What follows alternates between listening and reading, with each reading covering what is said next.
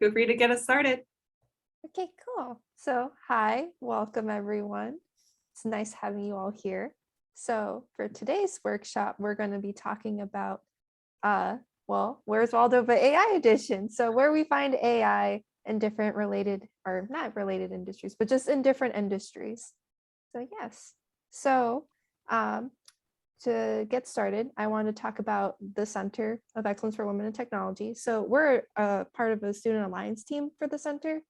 The center is the nation's first campus-wide based initiative to empower women and their allies in the tech field and in related fields.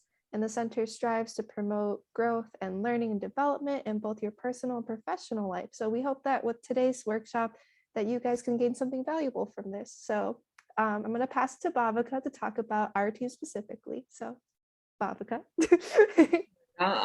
Our team specifically is called Ethical AI. It's an alliance team. So what we specifically focus on is artificial intelligence and the ethical implications that sort of hinder decisions made by artificial intelligence and how artificial intelligence helps us in different day-to-day activities, as well as businesses and different industries that we'll go through today. So we would be focusing more on how artificial intelligence is every day, it's growing every day in the world, but we want to also look at it with the ethical lens. So just to start off introducing our team, my name is Tara Agarwal. I go by she and her pronouns. I'm the lead intern of the Ethical AI team. If I recognize a name or two, so you may recognize me from Women Who Code, but now I'm here on Ethical AI. And we are going to, I'll let the rest introduce themselves, and then we'll go into why we joined Ethical AI. Okay, yeah, sounds good. So my name's Arina Kareem. I go by she, her. I'm a senior here studying computer science with a specialization in AI. Yeah.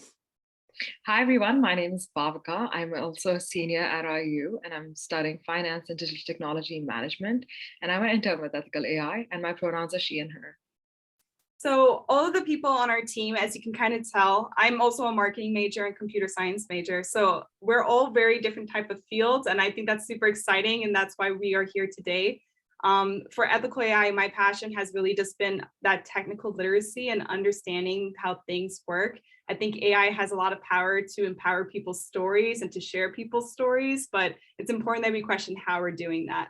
So I think that is one of the primary reasons why I'm really passionate about this field. Yeah, and kind of relating to that, I want to go pursue artificial intelligence as a professional career.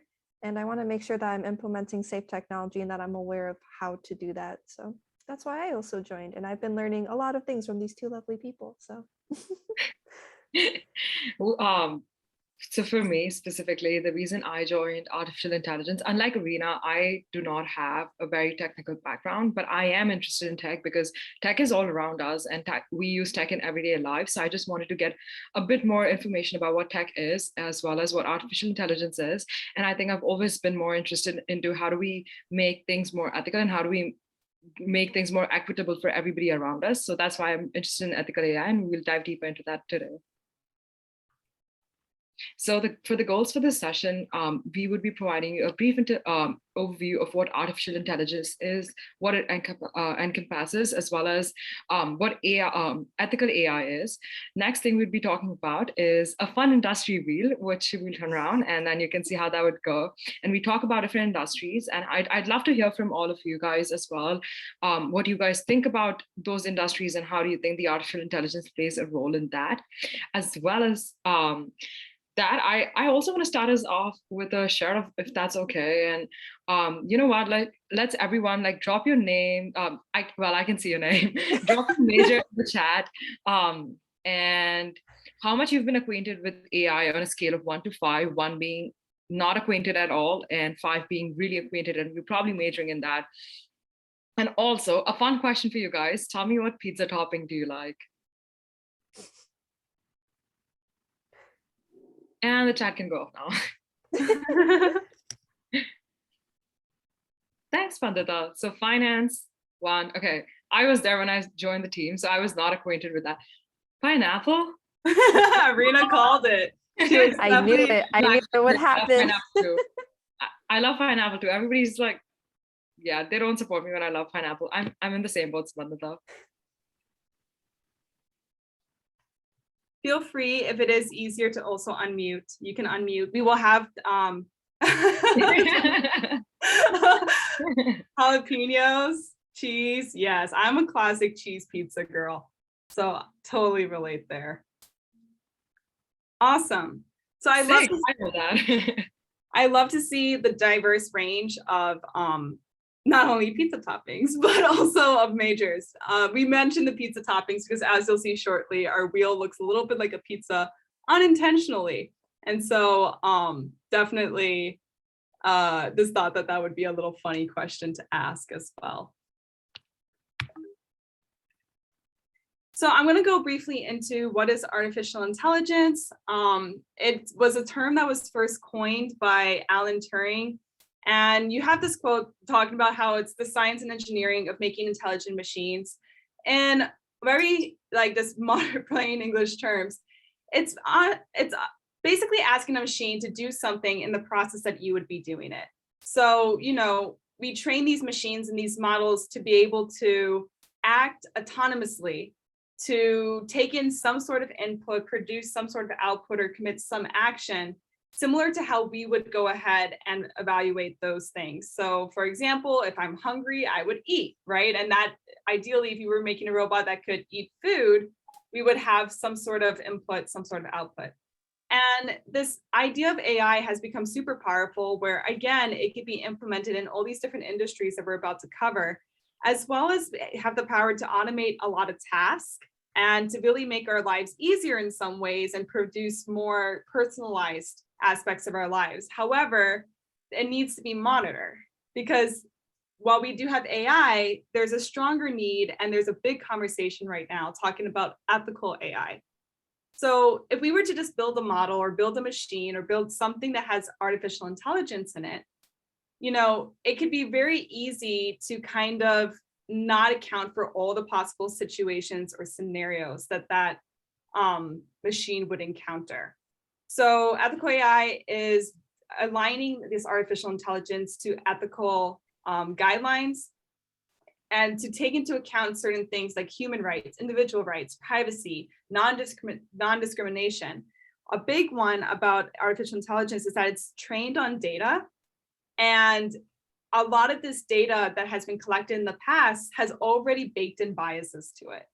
So it's not exactly the easiest thing to go ahead and just create out of nowhere, because even if you were able to create a machine learning or some ethical AI model from scratch, you have to think about it at all different stages. So our goal in this session is to really help you be able to, even if you're not the most technical person in the room, kind of question when something like an AI application is being put into your industry or your field of study or one of your passion projects, and to ask the right questions of why would this be great, and why would this need to be something we need to like consider twice, and what are the ethics of it and the things that we have to catch and make sure we monitor. So introducing the grand wheel.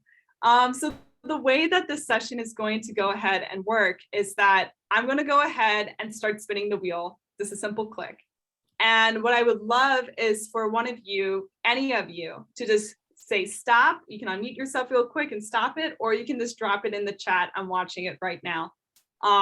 So let me know, and then we'll see what industry we're all going to kind of walk through together. We may not have time to, of course, go through all of these, but we do plan to share out these slides that have a lot of the notes and a lot of different things in the comments. So that, not comments, in the notes section. So that way you can go ahead and read up upon these different industries if we don't get to one that seems really interesting to you. So, all right, I'm gonna go ahead and start spinning it.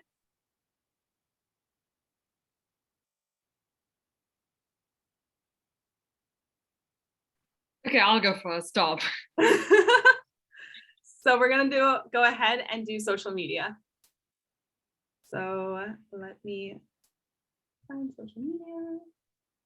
All right, so the question we want to ask here, and this workshop is going to go very systematically, where we're going to ask you first. It's much more of a discussion because we feel like when we're talking about artificial intelligence, there's still a lot of questions about it, and we'd rather just see what it comes to your mind and your idea when you're thinking about it. Again, feel free to use the chat. Feel free to unmute. If you are nervous about speaking over someone else, use the raise your hand feature. We have Babakan and Arena monitoring that, and they'll go ahead and call on people as we go. But the first question I want to ask to you all, in the industry, social media, when you think of social media in your lives, where do you think artificial intelligence could be used in that? Just so anything that comes to mind. There's no right or wrong answer.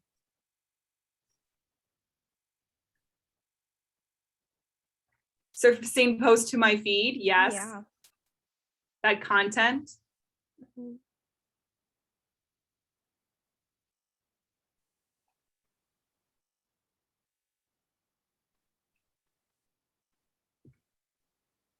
Sponsorship pricing. So a little bit more about that. Are you talking about where it could be who you're asking, like with the algorithms determining like who's being sponsored, or like what the price would be for those sponsored posts? Like when they show you a product and they say it costs this much. Are you talking more like that?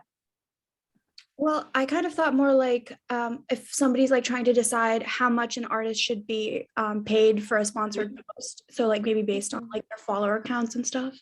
That's a good point. Yeah, definitely. Could definitely be used in that too, because it's data, right? Data as that input. You're taking some inputs and you're producing an output. And in that case, sponsorship pricing. That's a good example too.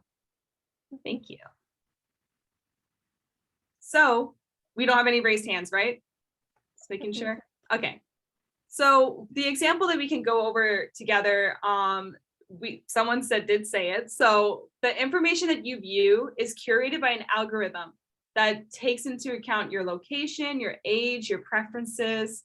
So if you think about especially a lot of this ephemeral content, this short video content like TikTok, like TikTok's For You page becomes more personalized to you. Maybe you're not familiar with TikTok. So if you think about these short videos on Snap, those ads on Snapchat, those shorts on YouTube, your reels on Instagram. Even now I've noticed more and more in my feed, a lot of those videos still pop up, even though like I'm not trying to go onto that specific page where all those videos are, they still pop up on my regular feed. So there's that part. And then also, yes, the brands and the connections and the content. You may have a lot of people you follow, but you may notice that you always will view the same people first if they ever posted. And there's like that priority ranking that gets assigned to them. So my question here is asking, why do you think this is super good? Why do you think AI is really useful here?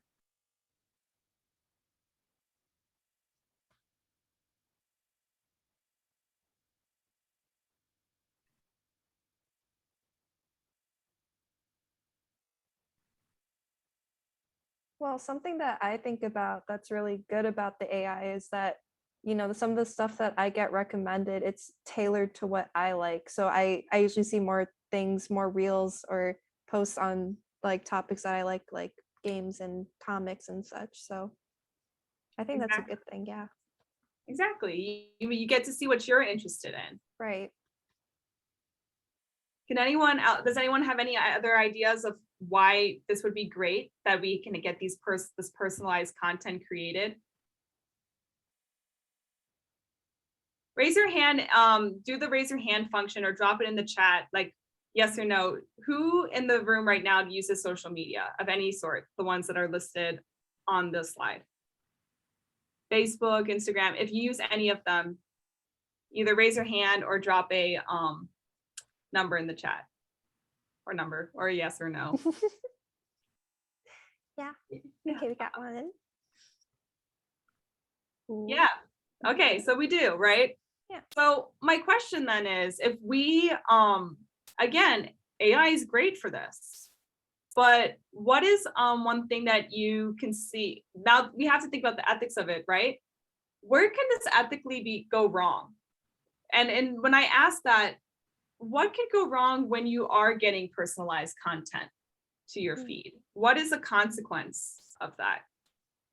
It could be personal, it could be more for the platform. What comes to mind when you think about a consequence.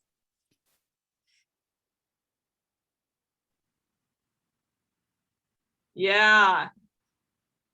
Yeah, Echo chambers especially for sure. it can definitely, like, it can really separate people. There's a lot of research right now going on, even in the marketing department here at IU, like the political agenda, right? And like how, you know, if you were tagged for certain beliefs, you were only going to see like those things because the algorithm's main purpose is to try to keep you on the platform as long as you can. And it's going to feed you things that you decide that you like, not necessarily challenge you on that. The creep scope, yes, like it can be too personalized. It can make you feel a little bit unsafe, or like your information's not private. It also means that they're probably advertising and, you know, showing information that seems to hit a little too close to home, or maybe they're constantly advertising to you about products and influencing your behavior that way. Echo chamber is exactly the same thing. So kind of going into the ethics, right? The reason why we have to question AI algorithms is because it is becoming harder and harder to replicate algorithms. And one of the things that has been happening in the AI industry and in just the ethical conversation has been these principles of artificial intelligence, you know, transparency, explainability. These are things that are becoming way more important than they used to be about these algorithms. So what happens is that when an algorithm gets more personalized to you, your algorithm is not going to look like Bhavika's algorithm, and that's not going to look like Arena's algorithm, because you all have different interests, and even the same interests can have little unique like differences. And what happens is that it becomes harder and harder to replicate those algorithms and to actually see what's being tagged and what's not being tagged for a certain individual, especially with privacy. So it kind of can be hard to diagnose a problem, right? Where bias can get in there. For example, what if, you know, the sponsored content you're being shown is assuming that you come from a well-off area because of your zip code, right? That you entered one time. And now it's going to show you all these higher priced items that you don't necessarily want, right? Second, just because it is suggested doesn't mean that it's true. It means it just falls into what you usually believe. So again, it's not going to go ahead and challenge you on anything. And social media can be really great for getting a lot of information, but the information that gets catered to you is most likely going to be one-sided, because it, again, will tag you on the smallest of things and show you that content. So the reason why we're going to take this approach, for multiple industries. We're going to spin the wheel again in a second. But we want to introduce these ideas because you may be in a position where your company's saying, hey, I want to implement a social media like AI automation technology. And even though you may not be in that industry, you may actually still be able to question, well, okay, what data is it being trained on? Or how personalized are we going to let that get with our customers? Or are we going to make sure that zip code tags are off? Are we going to be using things like zip code to suggest prices? Or can we value other things that the algorithm gives us an option to? Like maybe their fashion choices or other brands that they like more than that. You know, see if you can influence how that AI is being impacted. So going back to the wheel, I'm going to go ahead and spin it again. Again, feel free to unmute or drop in the chat. You can just drop a letter. It just shows me when to stop.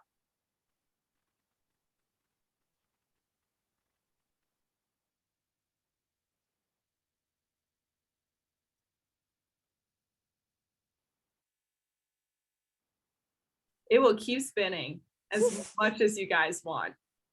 It never Okay. stops. Thank you, Daisy. So we have travel. So we're going to go ahead and go to travel. And Sweet. So let's kick it off with who likes to travel? I mean, I'm a big traveler. Traveling's fun. I love feel free to traveling. raise your hand or thumbs up it. Okay, how about this?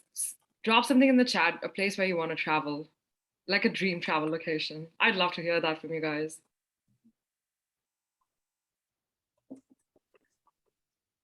Ooh, Ireland. Ireland. Mhm. feel like this is not going to be a shock to any of you. Not at all. That's on my Learn list. a language. You On want to my go practice it. Iceland's definitely up there for me. Hmm. I think any other, or like, are these the top 3 places? Oh, New Zealand. Oh, I love that. New That's- Zealand's I so heard- pretty. Singapore has awesome food. Like, oh, so good. Don't talk about food. It's dinner time almost. Let's not go there.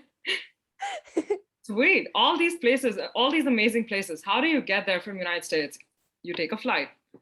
And when we do think about traveling and we do think about taking flights, is there any place where you guys can think where AI might exist and AI might help us make those decisions? Again, feel free to hop off mute, raise your hand, drop it in the chat.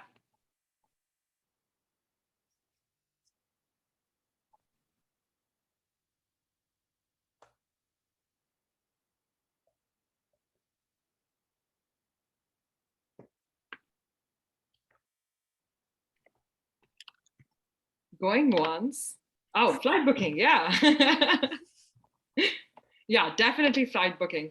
So when we do move on and like think about where does AI help us in flight booking, it can be very helpful. Oh yes, chatbot. I was about to get to that for customer service. Yes.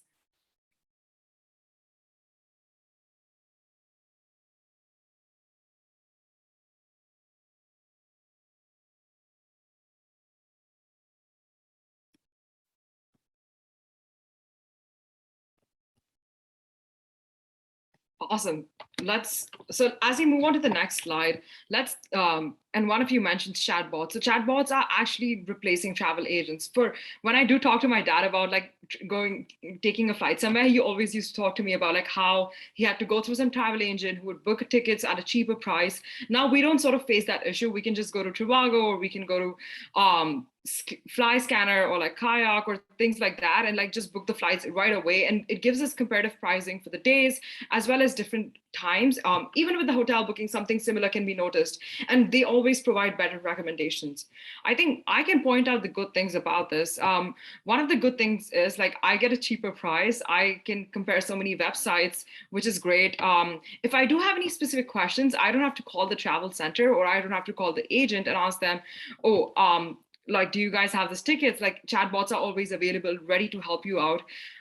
Where else can this be more like beneficial? Like how are chatbots helping us better our traveling experience?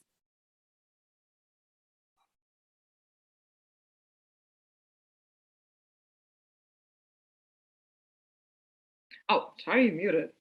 I would type it in the chat, but I think one thing that just popped in my head actually was like it helped closes that generational gap. So like those who are used to talking to travel agents don't find that like they're still going to not be able to talk to anyone. I get that. I'm not the talking person. I'd rather go and search something online than talk. So I think that's definitely one of the great reasons why chatbots are in place, and why a lot of websites, if you go there now, like they are implementing chatbots. And the other thing that can be noticed is like a lot of businesses, it's a cheaper option for businesses that don't have a lot of labor, that don't have a lot of human capital. They resort to sort of this method, and it allows them to cater to a larger public. At the same time, there are no waiting lines to talk to agents. So again, all of this is very helpful. But now let's think about this industry from the lens of an ethical standpoint, and think about why are chatbots maybe not the best thing that has happened to us.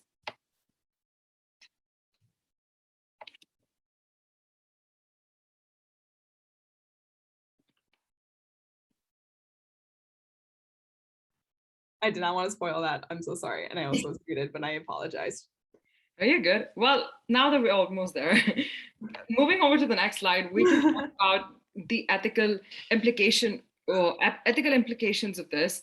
Did you guys think before like I dive deeper into what's been written here, did you guys like know about like the Uber surge pricing issue that happened at one point when Uber was like recently introduced, and at specific locations where there was a lot of Uber requirement, or like where a lot of people wanted Uber, the prices kept going up and up and up, and that was the issue of surge pricing.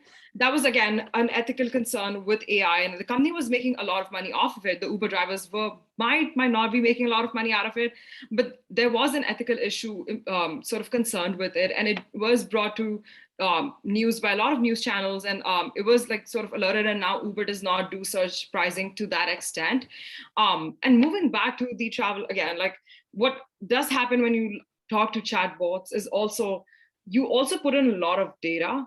The chatbots know what your name is, what your phone number is. Before going into any more information, they know what your email ID is.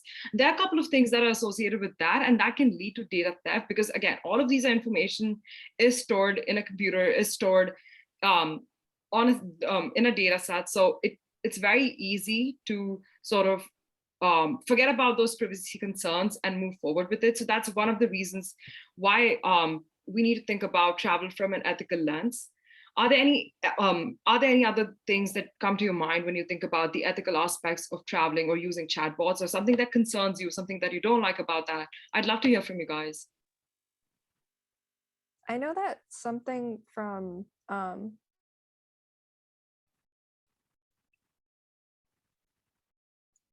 no, the famous Wi-Fi issue. Okay. Yes. Well, I wonder if she was going to go upon the language thing. Something that Arena and I have recently learned is the language in chatbots can also be biased mistakenly. So especially when you try to have chatbots that are speaking in different languages, it could be really hard to make sure that you are actually being polite and respectful in some of those languages if you don't train the bot right.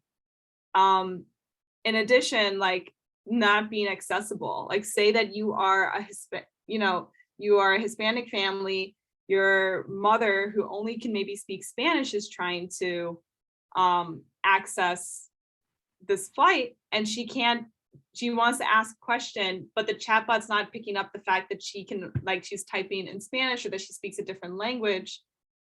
There's a concern there, right? How can we make it accessible where everyone can have access to this technology, not just the people who speak the primary language in that location?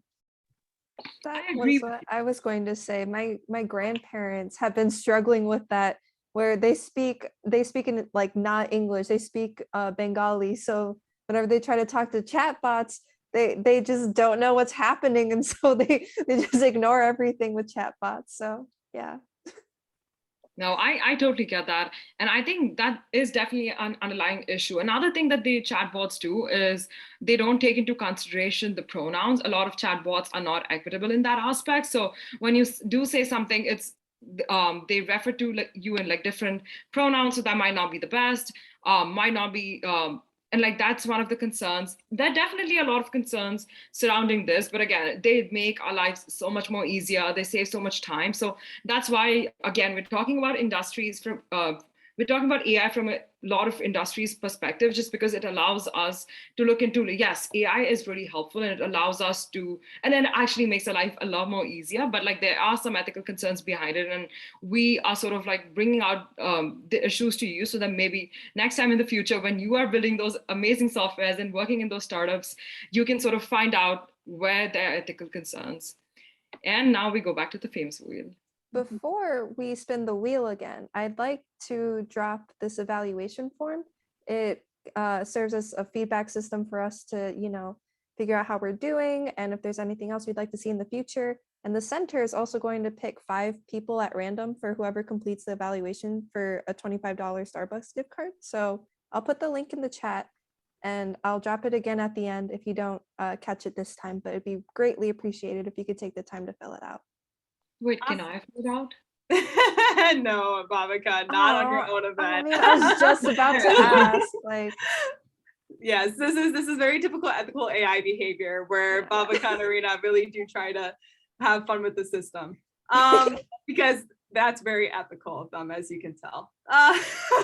And So- going off of that, a quick note, like Spandita, I do agree a lot of chatbots only understand formal syntax. So if you do write, like, I'd sometimes like forget how to spell things because instead of THOUGH, I'll just write THO. And sometimes chatbots have a very tough time with like figuring out the language and things like that. So it's definitely one of the concerns that's out there, as well as regional speech patterns. And like for people who don't like type and for people who speak, if they do have an accent, it's again very hard for the chatbots to pick up on what you're saying and sort of type that in. So again, a lot of ethical concerns going on here. Thank you, Spandita, for mentioning that. I was about to say, that was really a good point too with the formal syntax. Okay, ready? So I'm gonna go ahead and spin the wheel. You guys know how this goes. Babakan Arena are banned from, okay, there we go, thank you. Autonomous robots. Okay, great. So, this is me. For the autonomous robots, again, this is a little bit easier to think about for a second because they're robots. But what are some examples of autonomous robots that you can think of that we may have now? Or that could be used for, like certain applications that they could be used for?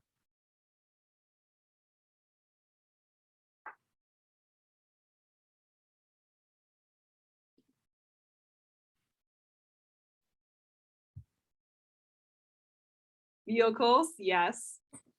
A vehicle counts as an autonomous robot, especially with self-driving cars coming around the corner. So this actually brings a really good, interesting medical screening. Yes. So I actually was going to hit on that. One thing with robots, especially, is super interesting because there are a lot of cool robots out here. As you can see, I'm going to go over what each of these three are in a bit. But it's super fascinating to me that in different parts of the world are we using robots for very different types of things. And there's a wide variety of the robotic structures that we have. I want to define autonomous for a moment. I mentioned it in the beginning, but autonomous means that you are not telling the robot what to do. That the robot is either programmed with some algorithm or with some list of instructions that they have to kind of conduct the moment they're turned on. And some of it can be influenced by the environment around them. So, for example, the robot that you see here, the one that looks like a person with the black background, that's actually one of Boston Dynamics robots, and they do a lot of cool stuff. I suggest you check out their videos. They're really funny. But they can dance. Like, they are actually really good dancers. Like, Arena's shaking her head. They're really good dancers. I would have totally shown you a video, but like that would have just gone on and on. And then we have the road bear, like on the left, which is more a medical type of robot. Doesn't medical screen, but what it does, it helps a wheelchair patient safely and comfortably move from the wheelchair to the bed. So this is actually really helpful because if you think of what a standard nurse or a standard doctor, usually it's kind of hard with one person to navigate another person into the bed. To just do it in a very like safe and easy way for both parties involved. And so that's where you have this rope bear that kind of just puts their hands under your back and your legs, lifts you and gently places you on the bed. So I think that's something that, and then we also have the now bot on the right, and this is more of like a speech bot. So again, all of these different types of things. And when we think about, AI and we think about robots, they tend to be highly correlated with each other. So they have a big range of uses like vehicles, medical screenings, again, automating a lot of the things that we do today, that is really cool. But there is a lot of things, especially when we make these robots into humanoid type of structures that we have to think about, right? Because we are placing certain jobs that could impact the health and care of others, like the row bear, into these bots' hands. So what are some ethical concerns that you guys can think about when it comes to robots?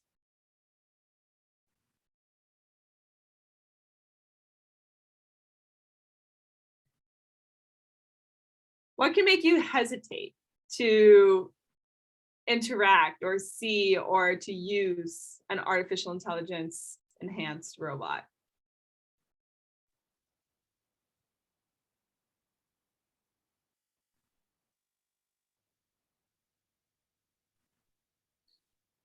I was thinking, like, what if the robot just gets stuck? Like, it is a machine after all. Like, what if it just like stops? Like, it doesn't do the work. Like, how do we sort of navigate situations like that? And also, when we think about like you mentioned, the robot example in which like the robot is helping especially able people, like picking them up and like putting them on the hospital bed, something like that. If robot does like something that's like out of the ordinary, or if there are like some external factors influencing and something just happens, the reaction time of the robot cannot be like controlled. Like, it can only be controlled to a certain extent, and you cannot like sort of know how quick the robot's going to turn around, maybe. That's a Like really a good. Roomba. Yeah. If medical bots aren't trained well, they wouldn't be able to diagnose properly, especially with people of color, given poor data collection. So how you train, so yes, want to address both of those. I'm going to address Vanida's point first. With the data, it actually has been there's a lot of research talking about how the Black community is not represented well as high risk patients, and not actually. There's an article I actually just read today about how they are not classified and pushed for customized health care regarding their status, that they are more, even though by the data, they actually end up being a little bit more in need of having certain health issues, and like they need certain health medications and care for those conditions. So that's where it is definitely important that you don't want a robot to start being very discriminatory like that based on the training data that you give it. And unfortunately, this means looking back on the yes, definitely. Like, there's a lot of just those baked in biases, and people wonder, how do these biases get built in? Well, for example, using that like the insane assumption that Black people have a higher pain tolerance. How does that get translated? How does that bias get translated, right? You may be like, well, you're not putting that down and then telling a robot. Well, it depends. Like, when a doctor is prescribing medications, the severity of those medications and the length of when those people have to take those medications, that's data that does get recorded as per every patient, right? Every patient is going to have, a diagnosis and a prescription that's given to them. And over time, as these algorithms become more complex and start assigning weights and biases to things, it can be translated that if less severe medications are being given to a certain population, that population has a higher pain tolerance, or that population has less need of that resource. And that's what's going to influence the future decisions, because if that is the case, then why not continue that? And that the robot cannot question. So moving into the ethics, right? A robot can't question its own assumptions. That's number one. There's also the stuff of fiction, robots turning on us to take over the world.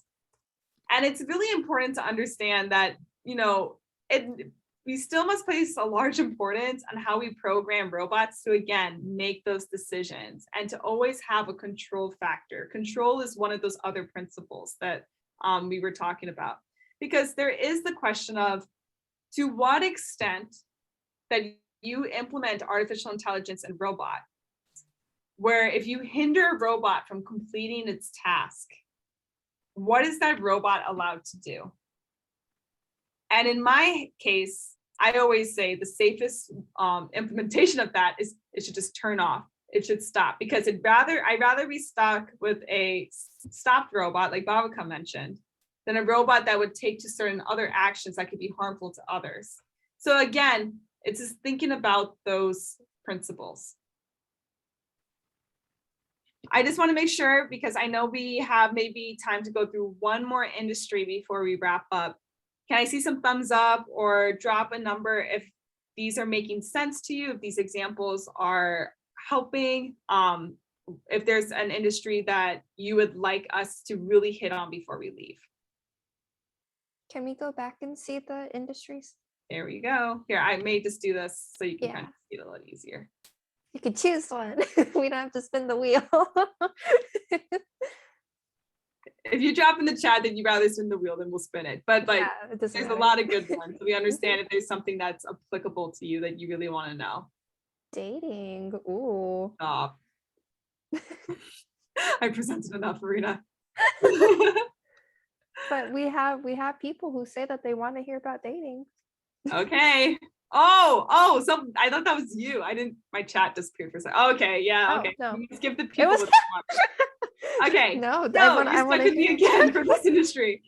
So where do you see AI in the dating industry, especially with all these apps that are out there, you know, and with the way that the current generation has definitely spread the reach of possible partners and possible like meetups, like where do you see AI in that industry? Coming up with, yeah, with your Tinder matches, right? So there's a lot of algorithms that are actually built into popular dating apps like Tinder and Bumble.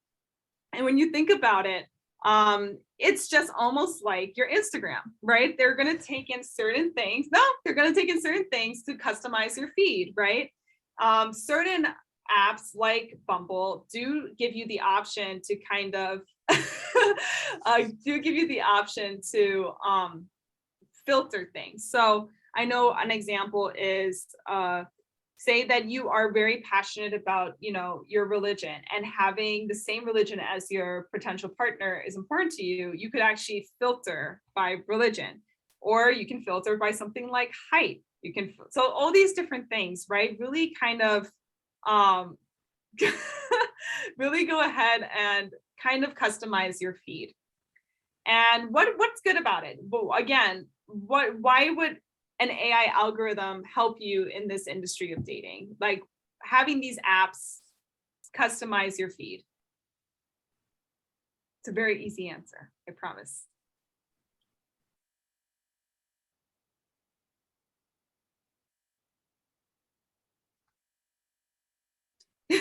It saves your time, right? Like maybe you have certain interests where you want to meet people who have shared those interests with you. Now, where do you think it could go wrong, though?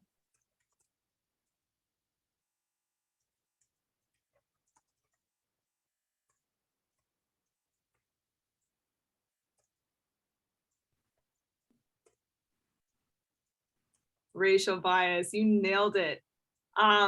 So fascinating topic. Actually, fun fact, one of the articles that actually really got me interested in pursuing ethical AI in the first place when I took an ethics course through the Kelly School.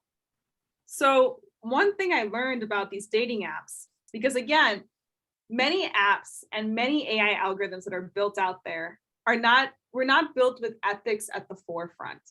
And so they have very discriminatory algorithms that will assign weights to things that should not be assigned to, as well as affect that not just for your personal experience, but for everyone's experience.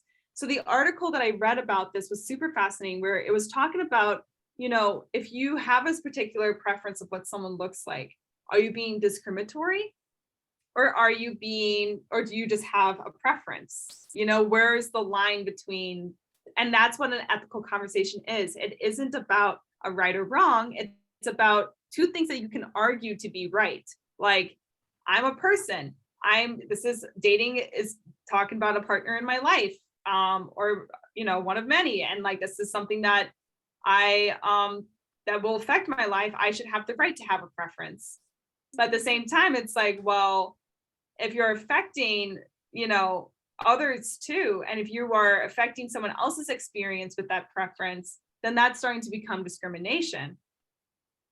So these apps can rank people based on the local population vote. And this is where it goes wrong, because it can introduce racial and gender bias, especially for those who identify as non-binary, as the ranking affects everyone's online dating experience rather than the individual and their preferences.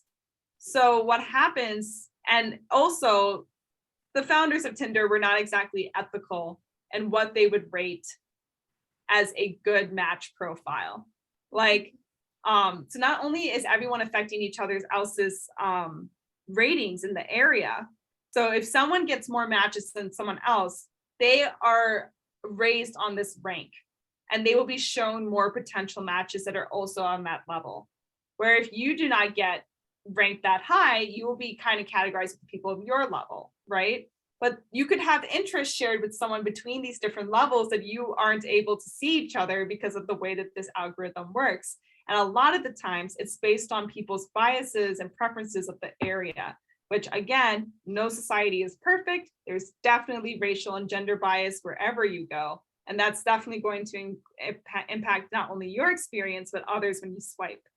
As well as the things that algorithm is prioritizing. It was revealed that the Tinder founders had prioritized the showing of skin to be a sign of a more attractive profile. So it didn't have to be someone in a bathing suit, you know, male, female, non-binary. It didn't matter. It was more of just like, if they just recognize the same skin tone being shown, right? So maybe you're in a group photo with a bunch of your friends playing football, and you know you're a group of men and you are not wearing a shirt. That photo will still classify the same as a woman just wearing a swimsuit. Like, it was just prioritizing things that just weren't ethically and morally correct to say that this is an indicator of someone being a high value match. And the whole idea of it is this very interesting and fascinating to look into. So we have time for maybe one more, actually. So I'm going to go back to the list and let you guys choose another one. I thought it was interesting. It was the topic that got me into ethical AI, because I didn't realize it was affecting me on that type of level either. So the more you know.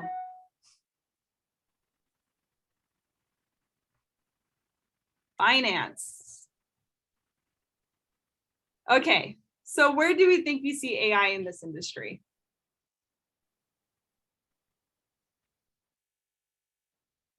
Credit scores, yes. Any others? Yeah, Loan applications. Yes. So with finance, AI software is increasingly automating these decisions, which can be beneficial, right? For what reasons? Why would it be beneficial for an AI to be the one that's approving you for these business loans, or these or providing these rates, or these ideas of what your insurance premium is going to look like, your credit score, what being able to access it?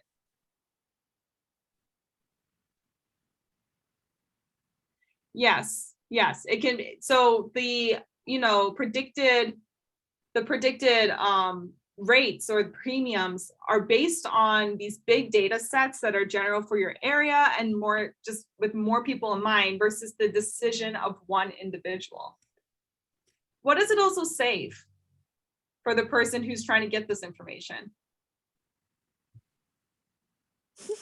I was about to like clock.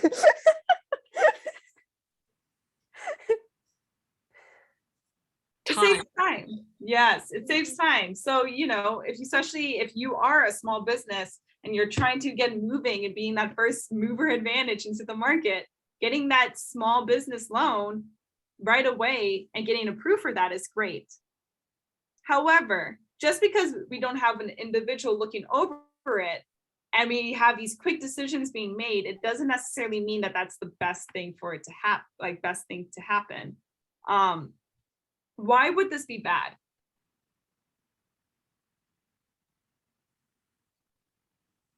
Why would we have to have an ethical conversation of including AI in our financial decisions and in our financial aspects of our life?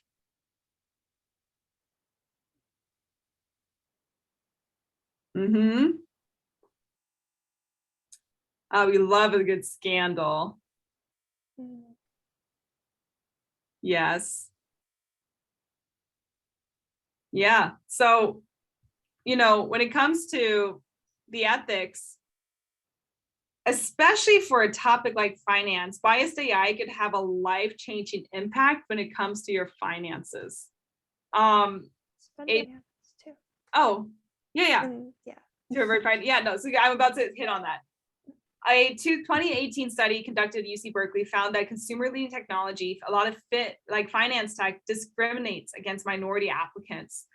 We had a good example of Apple's credit scandal where women had lower credit scores. This is just where, again, the data is also not being looked at on how it's being used to train these models. And when those algorithms were being made, were the facts of when that data was collected taken into account? Were people questioning the accuracy of that data to what the world actually looks like? Who was in the room? Were there non-tech people in the room? People who had that finance experience and worked with a bunch of different individuals that can explain certain cases that a loan should not be approved, or that a loan should definitely be approved, especially because there's been a history of bias or discrimination in those areas. When we don't have a person, it is harder to avert financial loss, like Creel said. Like, it is harder to not have that conversation to get your questions answered about things like that. It can lead to more unexplainability.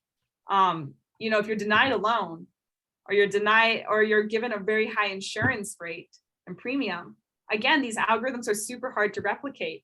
So even if you were to call customer service and actually get in touch with a person, they may not be able to see what you were seeing. You may suddenly get a new number all of a sudden, or they may not be able to explain to you why they gave you that quote unless they walked you through step by step and realized.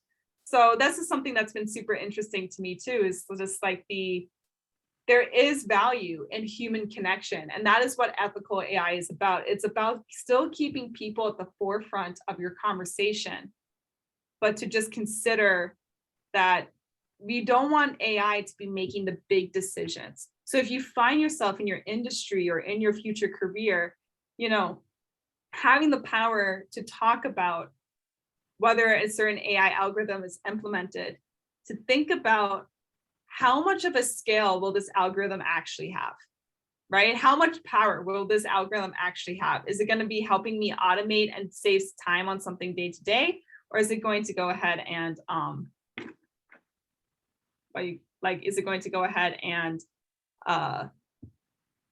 be about something bigger and potentially impact people's lives? So, all right. I want to make sure, give me a quick second. Just checking time real quick.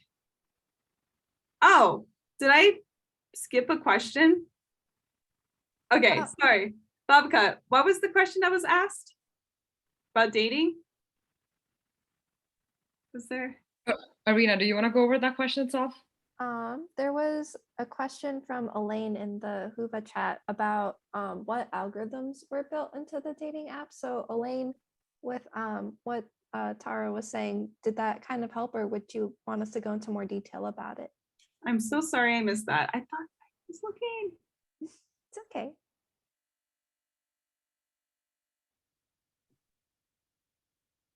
I can expand on it a little bit more if you would like.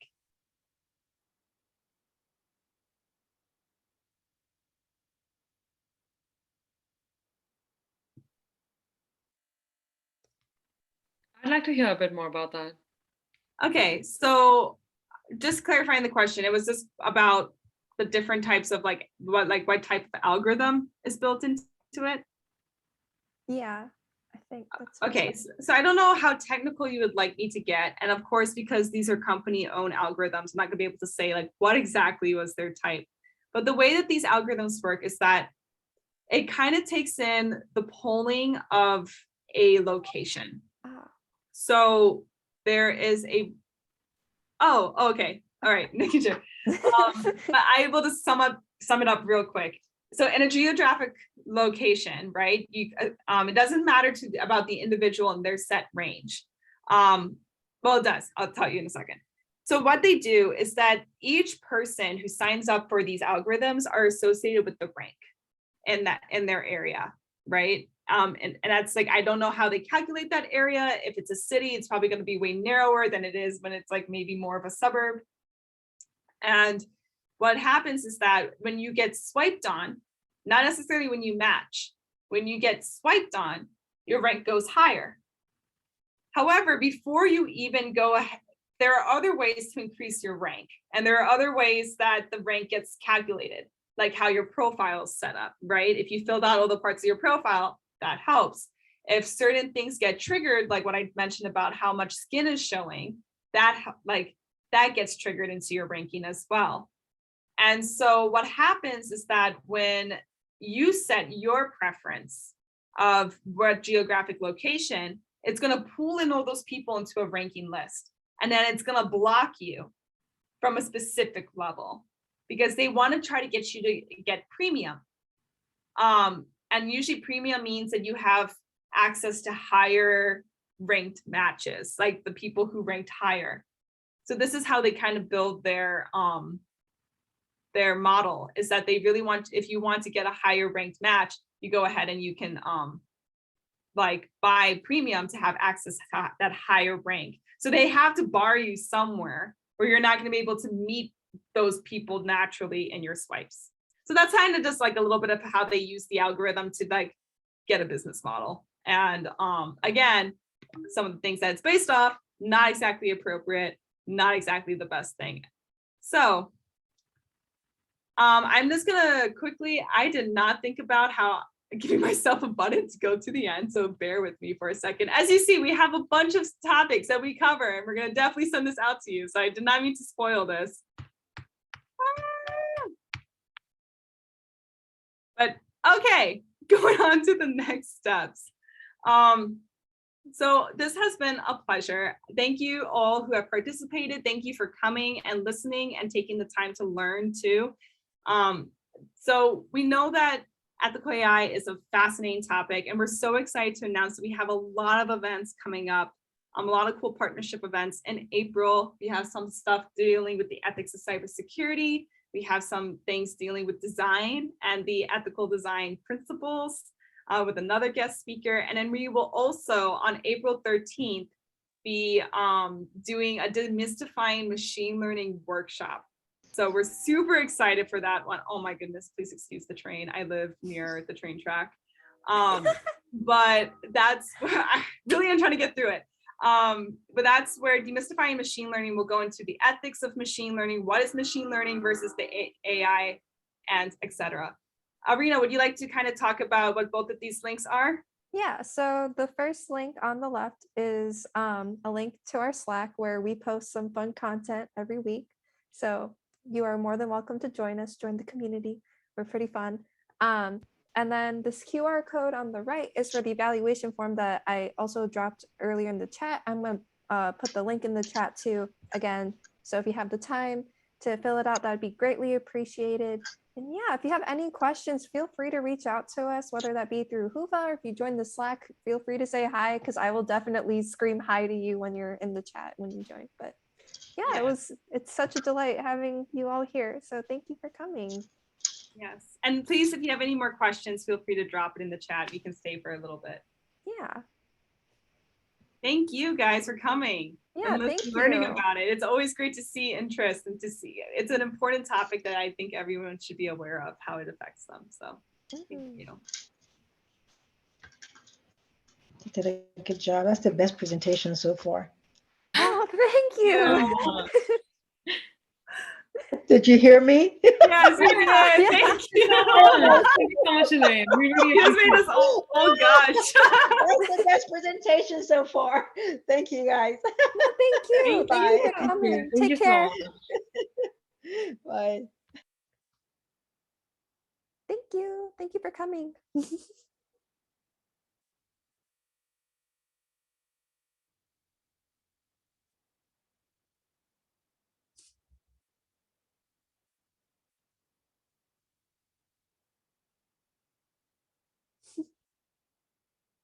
Thank you, Preo.